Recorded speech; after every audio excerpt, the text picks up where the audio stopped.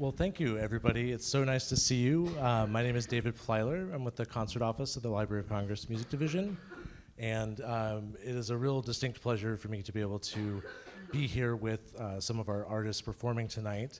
The Experiential Orchestra. It is a great pleasure to have you all here, so please welcome them. We'll discuss the program.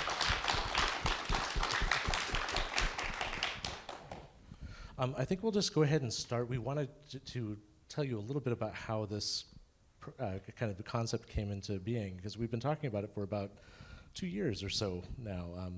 Maybe you want to say a little bit about how we got started? Yes, we got started because you called us. And it was a wonderful call to receive. You know, do you want to perform at one of the greatest halls in the world, one of the real crown jewels of this country, this beautiful hall, and in this venerated institution? So it was a really wonderful invitation to receive. And I would say almost more exciting than that was how open the conversation was about what we would be performing. And so Pauline, Kim, and I have been working together on experiential orchestra projects for a long time, since 2015. We were on these phone calls with David and just brainstorming. And my goodness, do any of you like cooking? And do you like just dreaming up what the next meal might be? And it's kind of like that. And we just had 48 meals that we were trying to choose from. And it was just so joyful because we knew that the program had to be a part of this 100th anniversary of the Library of Congress. And so we wanted to include elements from the collection, the wonderful collection of manuscripts and music that we have here, or that you have here. We, as a collective, we country have here. And so we wanted to look at some of those, but we also wanted to bring some things that really represent what EXO is and what we do as an organization, as an orchestra. So the elements really are threefold of what experiential orchestra is about. The first is the audience experience. That's the experiential part, is your experience. And sometimes that's really participatory, as maybe for some of you in the concert tonight. I don't know if you submitted a secret or not, but we'll get to that later. But the experience sometimes has been dancing. So we've put on a Rite of Spring dance party where you are invited to dance to the Rite of Spring, you, the audience. And we hope we hope to bring it back again. Okay, but sign up on our mailing list. And the other element of audience engagement, it's been so many different ideas over the almost 10 years. But the next element is collaboration, and this program really represents collaboration in perhaps its highest form for us as an orchestra thus far, which was Pauline's initiative to have a creative team of members of the orchestra that would join forces to create new ideas. And Henry was at the core of that. So Henry is one of our concert masters, and it was, this creative team was such a incredible idea for the musicians at the orchestra, because I remember having a talk with Pauline and James about this, you know, because at the time we had already won our Grammy, I think, right, when we were discussing the creative team, and we were thinking about how do we expand, where do we go from there, you know, and how do we grow the orchestra, and you know, being part of a visionary ensemble like Experiential Orchestra, we've always had a pipeline to talk to Pauline and James about these amazing projects, but you know, perhaps there was a way for us to curate projects, and that's kind of what we did on this creative team. It was pretty cool. Out of this creative team was born the EXO: Chamber, which is the branding of, you know, a smaller version of a large experience. So we were able to realize, I think, 3 of those, and this Schoenberg project was conceived as being originally one of those projects, but had to wait for a grander stage. After having met David and exploring all the different ideas, I mean, really what it was, these conversations were like, you know those dreams where you're in a room, but then another door opens and you're in another room, and it just keeps opening up to other rooms. And at one point I was like, okay, guys, maybe we should like really look at what it is that we're trying to do, because there were just so many possibilities. It was really extraordinary. So when the Julia Perry project came to fruition and we recorded that, it only made sense to somehow bring that into the programming of it. Yeah. Now for something entirely different. Yeah. So the second element of collaboration, that's represented in the Sherberg, it's also represented in the Perry Project. And we'll talk about that a little bit more, about the collaboration that we've had with Curtis Stewart as an orchestra, with the Perry Concerto and the project there. And the third element is elevating music that has been ignored unjustly to a central place on the stage. And that's something we've been doing as an organization for quite a while. And of course, the Grammy that we won in 2021 for the Ethel Smythe, the prison, and some people are here who helped to make that project happen. It's so wonderful to see you. But that was a launching pad for us to be an organization that actually has an impact worldwide in representing music and advocating for it, celebrating music that really should be on the concert stage and isn't, for various reasons. The manuscript is in disarray, the composer's legal rights are not yet sorted out, and we actually as an organization try to right some of those wrongs and then perform the pieces and play them in a way that we hope does the pieces justice. So those are the three elements, and they're all very present in this program. Yeah, and I just would want to add that it's been a real pleasure to put this together. As they were saying, we've talked through lots of different options, especially because we were not sure. We had to pick something that was going to fit on our stage. We had lots of talks about things that wouldn't fit on our stage. But I think this project Turanga fits. Lila We're was, pretty I sure. think, at Yeah, the right, first. yeah. Yeah, right. But we opted against that. But yeah, it's been a real pleasure, and it's been great to work with. And so we've been exploring. Once we decided to go with string orchestra, that kind of helped to open up things, because the Library of Congress has a ton of different options of things in manuscript for string orchestra, about which we'll talk. But I think maybe the first thing we should talk about, just even though it's kind of in order but a little bit out of order, is maybe the Perry Project, just because that's we start with the Perry Prelude, and that was actually, I think, one of the first pieces of hers that I heard through your introduction. So maybe you could tell us a little bit about Julia Perry, how you came to get your hands on the violin concerto, and then Curtis, your experience with performing it. Julia Amanda Perry was born in 1924, so this is her centenary year, just like the Library of Congress. She had an absolutely astonishing early career. She was the pitch giver at Westminster Choir College in New Jersey, which is essentially the concertmaster of the chorus for 2 years running. It's really a very esteemed position there, it was at the time. She was the concertmaster of her orchestra as well. She went to the Berkshire Music Center, which is now known as Tanglewood, for 2 years. She was admitted for 3, but couldn't afford to go the first year. She then was admitted into Nadia Boulanger's class and won the Grand Prix. She studied with Luigi Dalla Piccola, spoke fluent Italian, fluent French, had a piece premiered by the New York Philharmonic, and had really one of the greatest early careers you can wish for as a young composer. Toured her own music in Europe, conducting and singing. She was really renowned as a singer also. She won the Marian Anderson Award twice. She was at MacDowell 8 times, which I think is the second most of any artist in history. So she really had a remarkable early history, and then equally notable but really awful is how her career ended, which was in total obscurity, with no financial assurance, with no people performing, with no institutions performing her works, and with terrible health problems. The right side of her body was paralyzed in the early 1970s, and she had to learn how to write with her left hand in order to continue to compose, which she did until she died in 1979 at 55 years old, I'm sorry.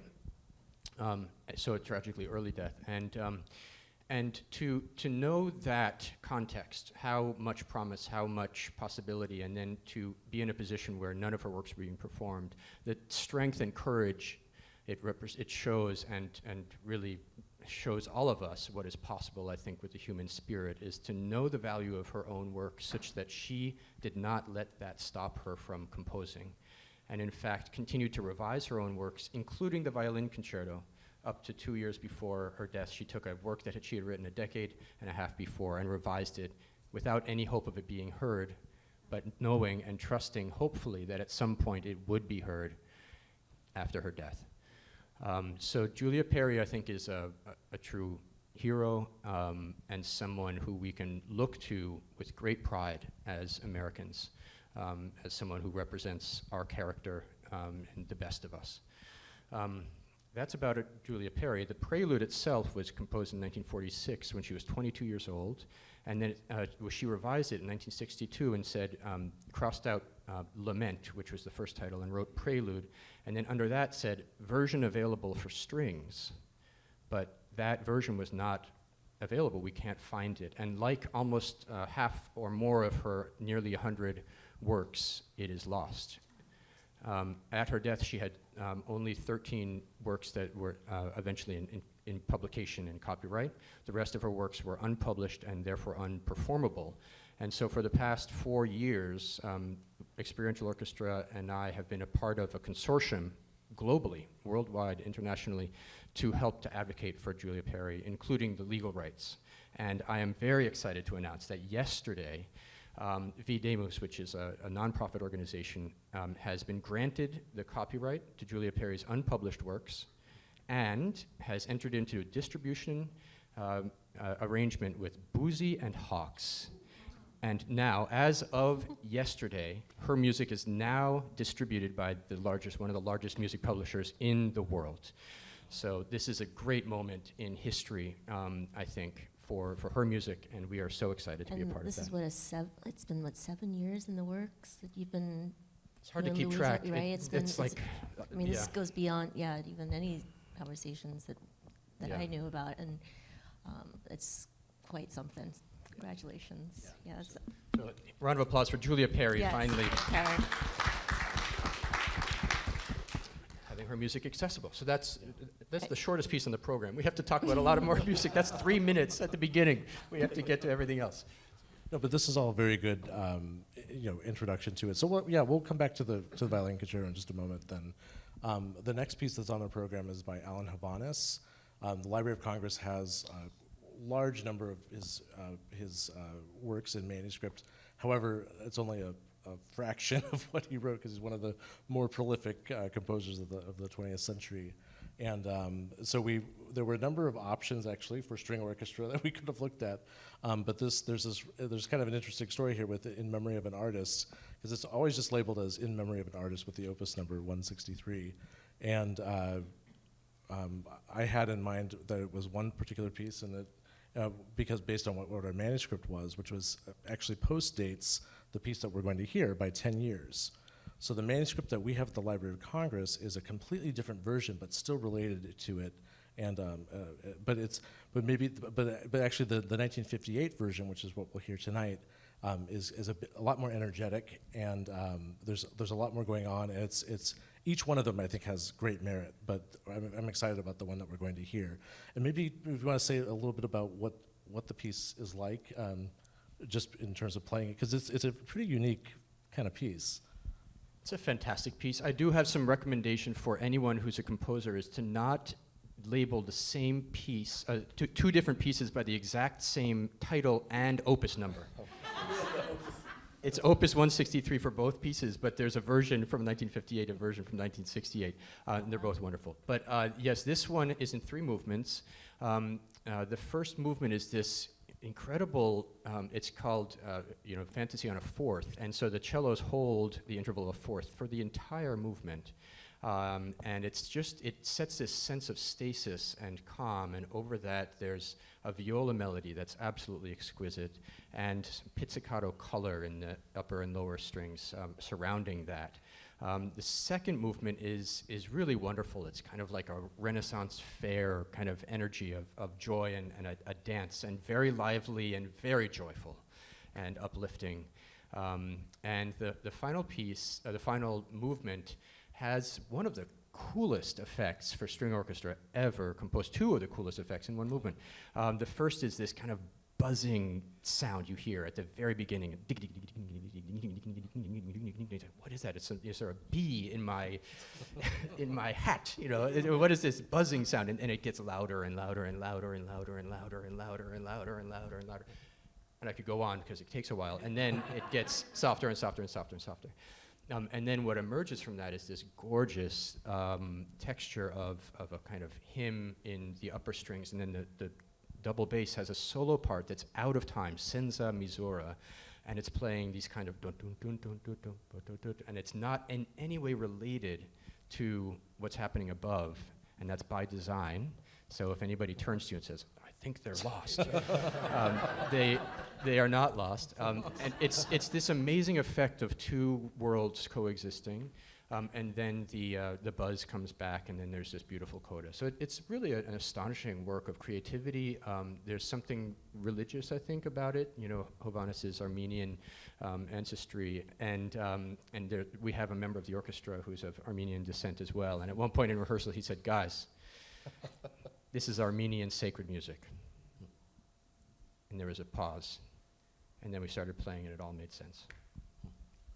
That's amazing. Well, one last thing I want to say about this is that so it's called In Memory of an Artist, and before I saw the manuscript or the score at all, I kept wondering who that could be, and my first guess was completely wrong, but it was Jan Sibelius, who died in 1957, and who was the godfather of Hovhannes' child, and but it's not Sibelius, so it's dedicated to Sarah Berman.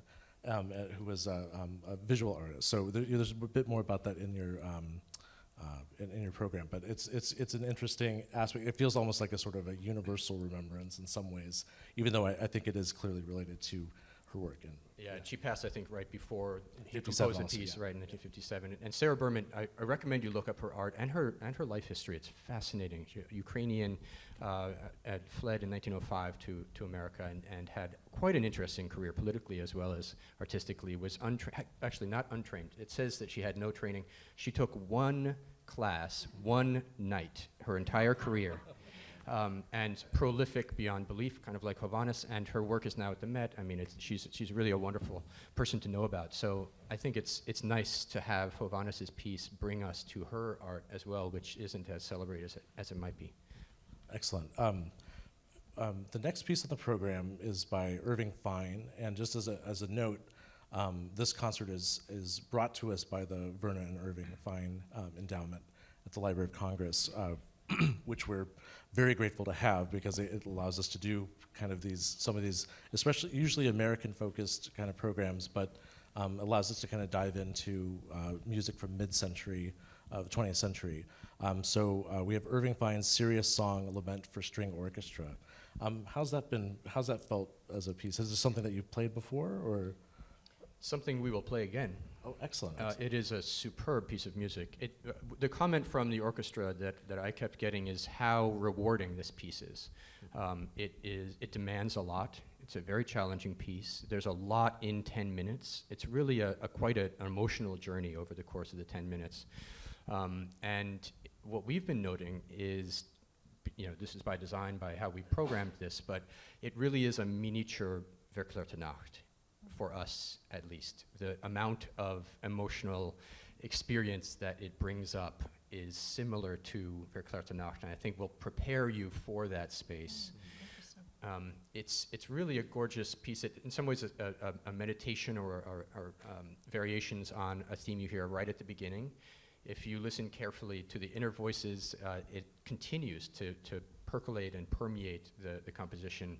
And it's between E minor and then gets to an E major briefly, and then they're played together at the same time. And if you play E major and E minor at the same time, it sounds like the piece you'll hear tonight. Very mysterious and leaves a lot open to interpretation.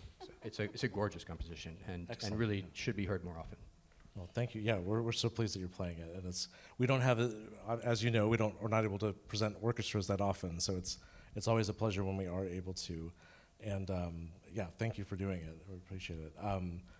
The next piece on our program, maybe we can hear Curtis tell us a bit about This is the Julia Perry violin concerto, and maybe you can start wherever you like with that cadenza, at the beginning. And Yeah, Yeah. there are two big cadenzas, like the very first minute and a half or two, and then at the end there's probably 2 or 3 minutes of just fast notes kind of going all the time over and over. But the piece, I mean, we've been playing it since 2022, which is amazing. I think this is the 5th performance that we're giving of this piece that before that had never been heard before. Roger Zahab, the man who did the arrangement of the Perry Prelude, kind of heroically brought the score from, so this is that piece that Perry was learning, essentially writing with her left hand.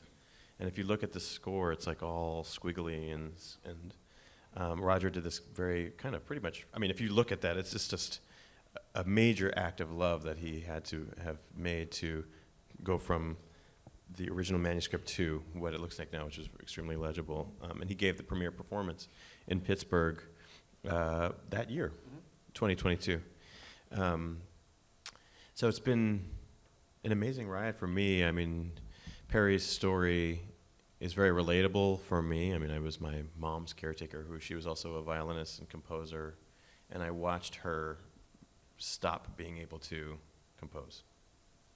And to be able to advocate for Julia Perry, who pushed through her fight, it just feels like there's something in the piece that I can't help but project onto. And so I bring, this time actually, I'm realizing there's this kind of like inevitability about the piece that I've kind of figured out this time.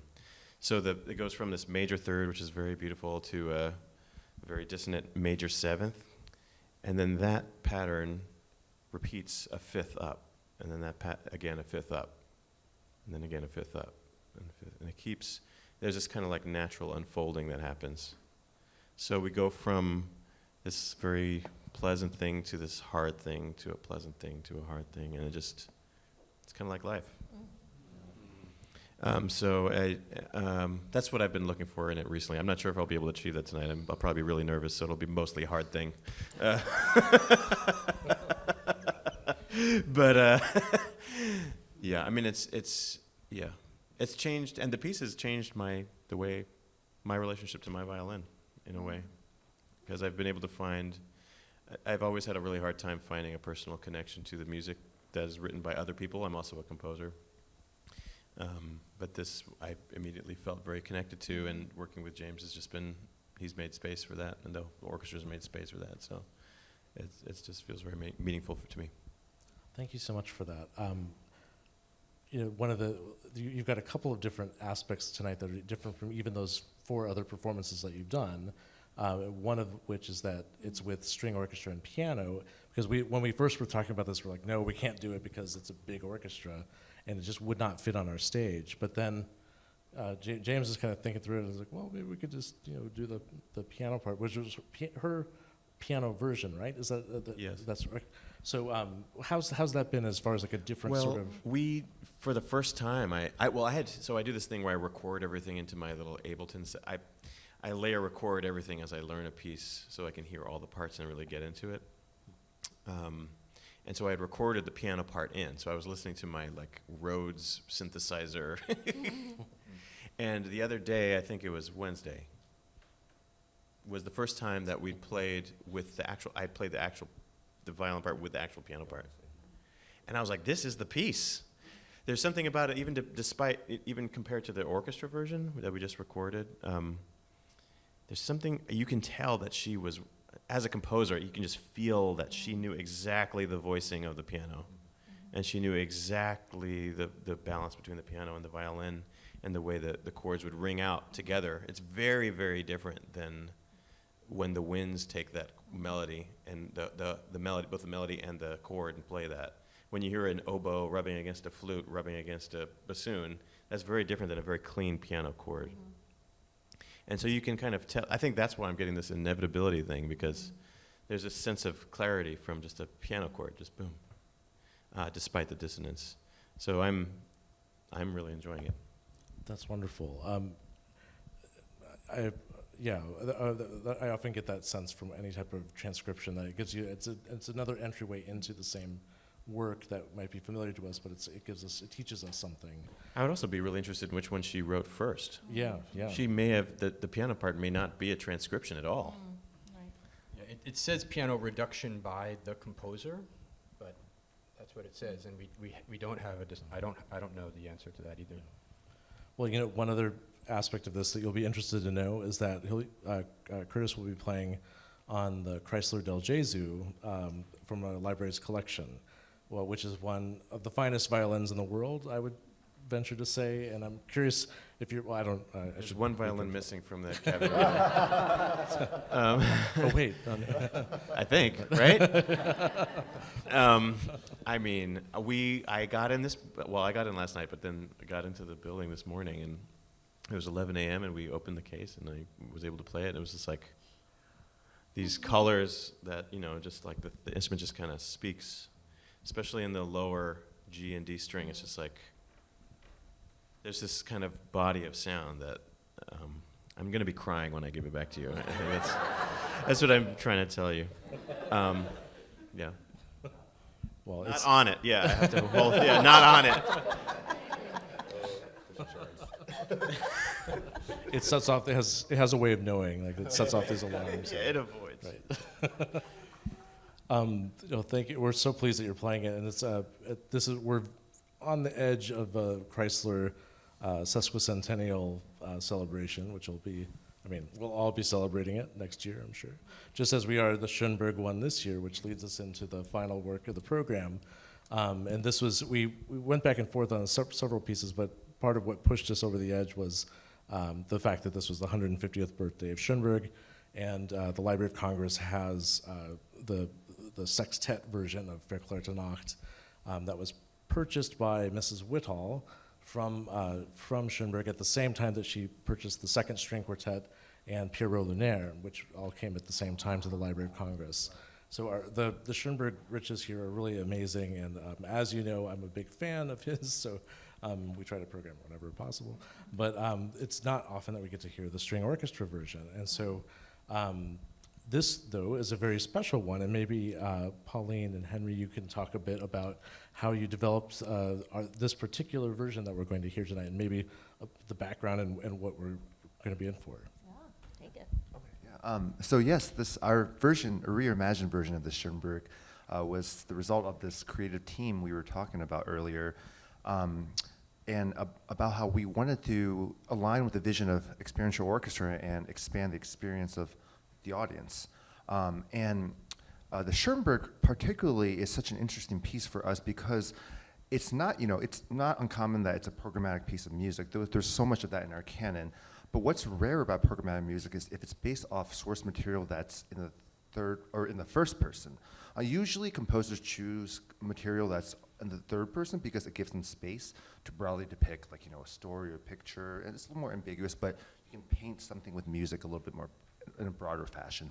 But with the Schoenberg, even though parts of it are in the third person, the stanzas that are the most heartbreaking, which is obviously when the woman confesses to her lover that she's carrying the child of another man, that suddenly switches to the first person. And when composers do that, like Berlioz in Symphonie Fantastique or Strauss in Ein Heldenleben, it's very deliberate because it's meant to intensely portray something. And we kept thinking about it, and we were like, Schoenberg almost is making the audience become part of the performance because you start thinking about what this woman's thinking about, the man's resolution with her and all these intense emotions.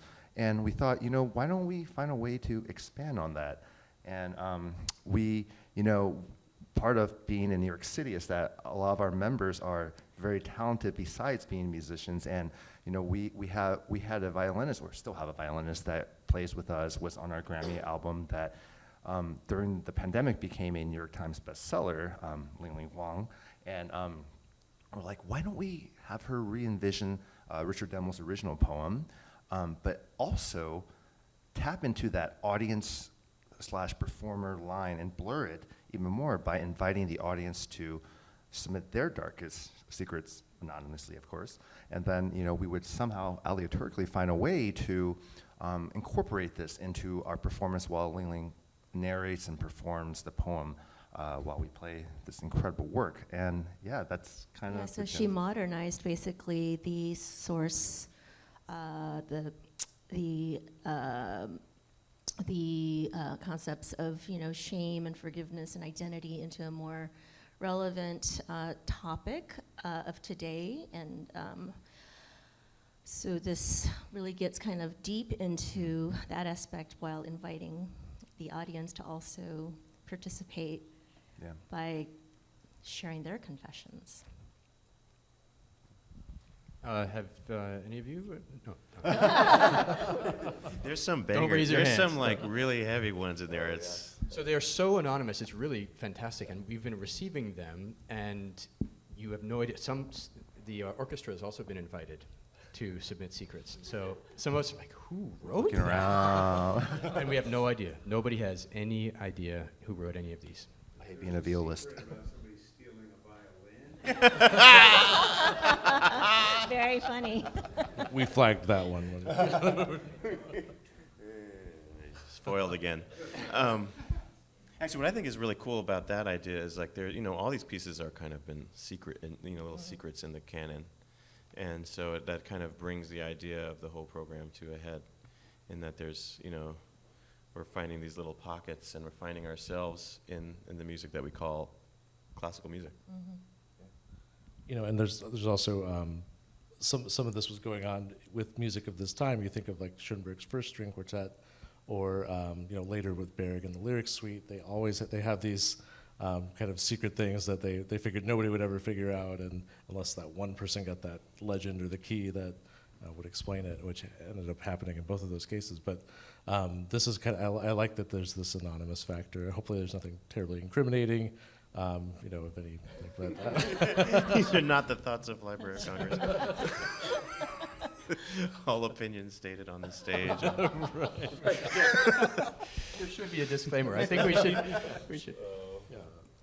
Well, thank you so much for speaking about the program. I know we just have a couple more minutes before we need to get going here, but I would love for you to each just tell us about what EXO is up to in the coming years, and then I'd love to hear what Curtis is up to as well, and just with current projects. I know you have 10,000 projects going on, but things that are happening next. Why don't we just say some of the other things so that we each do? Because this EXO is a collection of incredibly talented musicians who are some of the busiest musicians in the world. But Curtis, why don't you share first what's on your docket? What are you doing in February, for example? What am I doing in February? Oh yeah, right. We were nominated for a Grammy. That's right. We were nominated for 2, not 1, but 2 Grammys. You're going, right? I am. Okay. Sorry, I'm always a jokester. Anyway. Thank you, James. Yeah, so that's exciting. Best solo classical as well as compendium, which means it's basically like concept album. I've been composing. I'm also, speaking of the Chrysler, that's the other amazing part about playing on this violin. We were talking about this earlier, the idea of the violinist composer. I've always kind of been writing and making stuff for myself. Some of the other albums that I've created are, I've done these theme and variation virtuosic violin variations on Stevie Wonder, Isn't She Lovely, and things like that. And I would look to Chrysler as a guide, in those works where he copied other composers in their style, and at first said that they were theirs, and then eventually said, oh no, these are works in the style of Pugnani and in the style of this person. And thinking about what it means to cover music and to add virtuosity and recomposition to it. Anyway, so I'm writing all these American caprices based on American recorded music that are kind of at like a Paganini level of difficulty. And I'm also recomposing Vivaldi's 4 Seasons, called Seasons of Change. That's an album that's probably going to come out next year. And I've interviewed the unhoused population of Phoenix, who is greatly affected on a day-to-day level by climate change.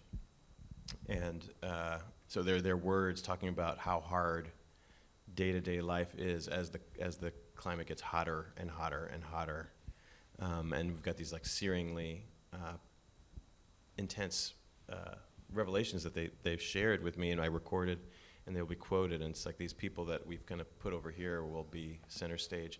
Next year also happens to be, I think, the Four Seasons 300th anniversary. So it's a nice time to think about these ostracized people and turn climate change from a concept into a human story.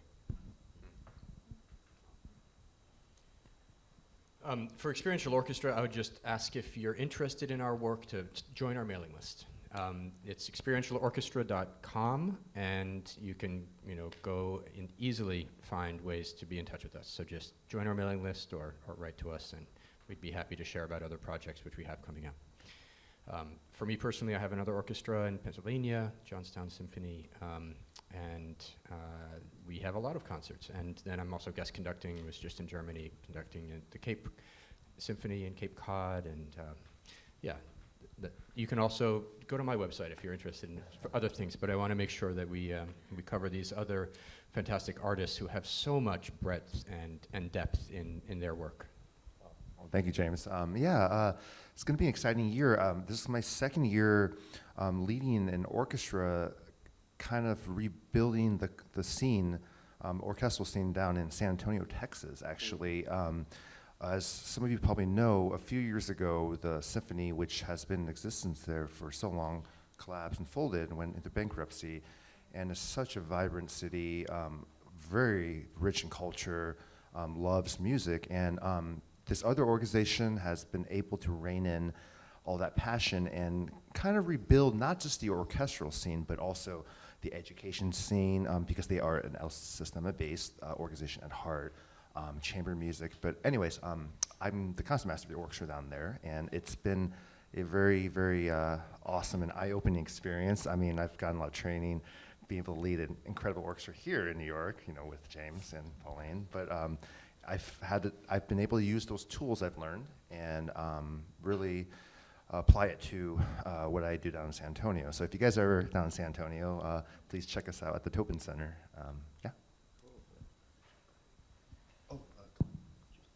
Oh, yeah. Well, James should be my manager. But I'm very lucky to play very often in the New York Philharmonic because I studied with the former concertmaster Glenn Dicterow, and I play there quite often, and it's been obviously a very humbling experience to play with one of the greatest orchestras in the world, but I do that quite often during my time in the city.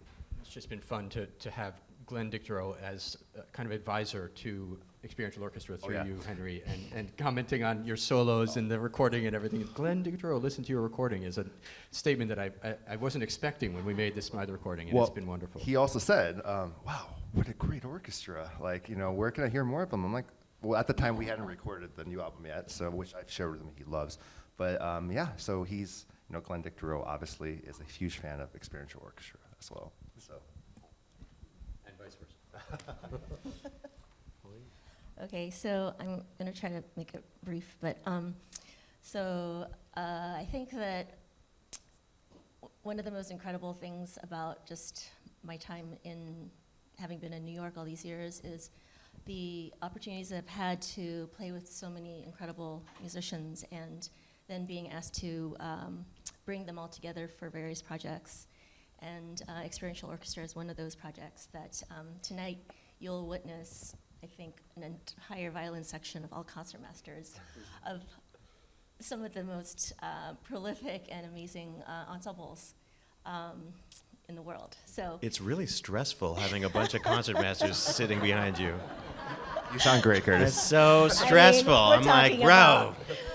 The Knights, the Sounds Silk so- Road it Project, sounds so Lincoln good. Center Chamber. It's really, but anyway, so, but among the other things is that this past year I took on the role as the executive director of Music at the Anthology, which is an organization that's been around for 27 years that Philip Glass started with Lisa Bialava and Eleanor Sondretsky, and it really is to be a pipeline for early career composers. And so that's been very rewarding and a lot of work. But in that process, I've also been thinking a lot in learning that Chrysler's centenary, it's 150th coming up, yeah? So thinking about that, because as Henry loves to bring up and embarrass me all the time, because it also kind of puts an age on me, but I did study with the Jascha Heifetz when I was very young. When I was 10 years old, I had the opportunity to be in his last master class and grew up with Chrysler music all the time, playing the recordings, hearing the music, the sound of that era. And so then a very wonderful coincidence or serendipitous thing happened where we were asked to go play a memorial service where it turns out Chrysler is, the mausoleum is there. So we got a map and we got lost. So another fellow violinist, Dory Na, and I went looking for his mausoleum, and we finally found it. And so this all kind of built around the time that I was actually, now I can talk about it, but was commissioned to write a piece, a chamber piece for American Symphony Orchestra. So it's going to be next year. And thank you. So anyway, just to wrap it up, it got me to thinking about my identity and all the different things and who am I really and what am I doing. And I guess I landed on violin as heritage. So not Korean as heritage or American or, but violin being what connects me to people in the world and my life. And so that's my project coming up. Amazing. That's beautifully said. Thank you.